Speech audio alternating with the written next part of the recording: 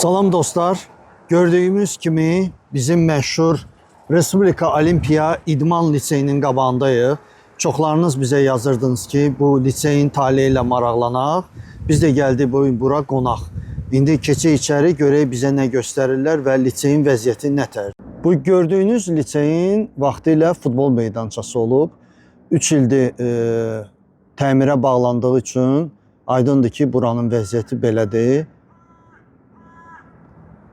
Və yanında da yeməkxananın binasını göstərirəm sizə. Bu gördüyünüz sərbəst güləş üzrə zaldır. Yanında böyük bina artıq məktəbdir. Uşaqlar həm də dərs oxuyurdular, idmanla məşğul olurdular. Və bu cüdo zalıdır.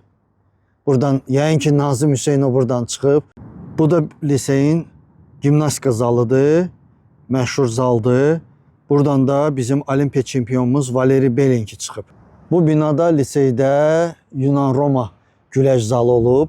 Yəqin ki, Kamandar Məcidov bizim Olimpiya çempionumuz burada ilk fəndlərini öyrənib. Gördüyünüz kimi gəldi, zalları çəkdi, liseyin zallarını. Onların vəziyyəti əlbəttə ki, 3 il ərzində çox dəyişib. Burada uşaqlar da yoxdur. Bizə məlumat verdilər ki, liseyin bütün uşaqları Hövsanda Olimpiya kompleksinə köçürülür və onlar orada yaşayırlar, orada məşq edirlər və Nazirlikdən də, İdman Gənclər Nazirliyindən də xəbər verdilər ki, 3 ildir düzdür burada təmir işləri baş vermir, amma müəyyən müddətdən sonra başlanacaq.